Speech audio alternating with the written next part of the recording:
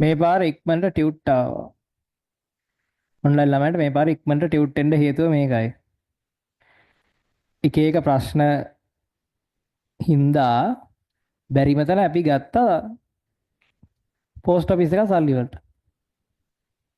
ඒ කියන්නේ රජයෙන් post office විකුණනවා. ඒවල දන්නවද? ඒ කියන්නේ අපිට පුළුවන් පෝස්ට් ඔෆිස් එකක් ගන්න. ඒකට කියන්නේ ඒජන්සි පෝස්ට් ඔෆිස් කියලා. එහෙම එකක් ගත්තා අපි. දැන් අපේම තැපැල් අපිම දානවා. ඒ කියන්නේ අපිට තැපැල් ලොරියක් එනවා. කියන්නේ වෙනම පෝස්ට් ඔෆිස් එකක් අපි ඇතුළෙම يعني අපේ කම්පැනි එක ඇතුළෙම පෝස්ට් ඔෆිස් එකක් තියෙනවා. එළියෙන් ඕනනම් කට්ටිය සාමාන්‍යයෙන් දැන් ඔයාලා ගිහිල්ලා පෝස්ට් ඔෆිස් එකට ගිහිල්ලා ලියුම් දානවා වගේ අපි කරන්නේ අපේ ලියුම් ටික අපිම දා ගන්නවා. හරිද? ඒක මරු. මේක 아무තු වයිබ් එකක් තියෙනවා. අපිටම පෝස්ට් ඔෆිස් එකක් තියෙනවා කියන එක.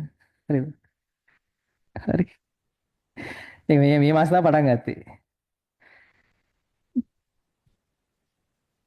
කුරිය වෙනම තියෙනවා. නමුත් අර පෝස්ට් එකක් අපි ගත්තා. ඒතර පෝස්ට් ප්‍රශ්න දැන් නැහැ. නැත්නම් අර එක එක තැන් වල හිර වෙලා තියෙනවනේ.